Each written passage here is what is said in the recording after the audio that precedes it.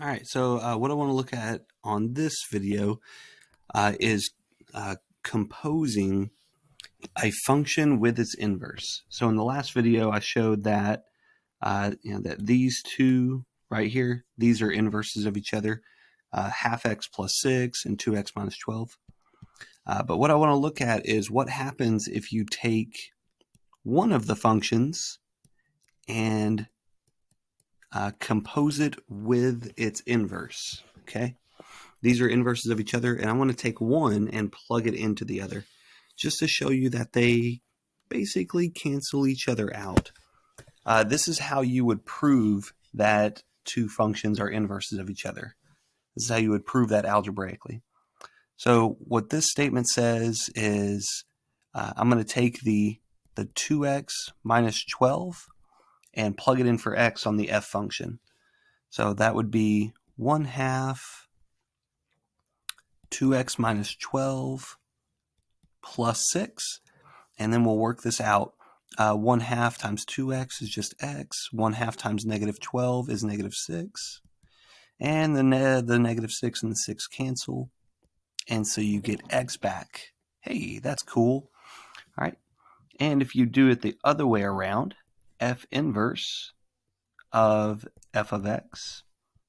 So this one, I'm taking this 1/2 x plus 6 and plugging it in for x right there. So that would be 2 1/2 x plus 6 minus 12. Again, 2 times 1/2 x is just x. 2 times 6 is 12 minus 12, and you're left with x. And this is always what should happen when you compose a function with its inverse. No matter what the functions are, if you ever take f and compose it with its inverse, they should just kind of cancel each other out because they're inverses of each other.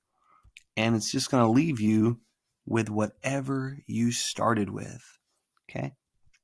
No matter what we put inside those set of parentheses, that should be what we get on the right-hand side. All right, so I know it would be weird to think about, but if we took, f of f inverse of, say, x minus 2, we don't actually have to do any work here. We know without a shadow of a doubt, because these two functions are inverses, that they're just going to cancel out, and they're going to leave you with the x minus 2 that you started with, right?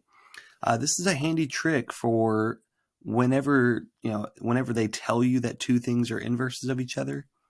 All right, so if I told you that, say, x squared plus 5 and this right here were inverses of each other, if I were to ask you what f of f inverse of, say, 7 is, all right, I mean, you can go through the math and try to figure it out, doing the inside function first and then doing the outside function.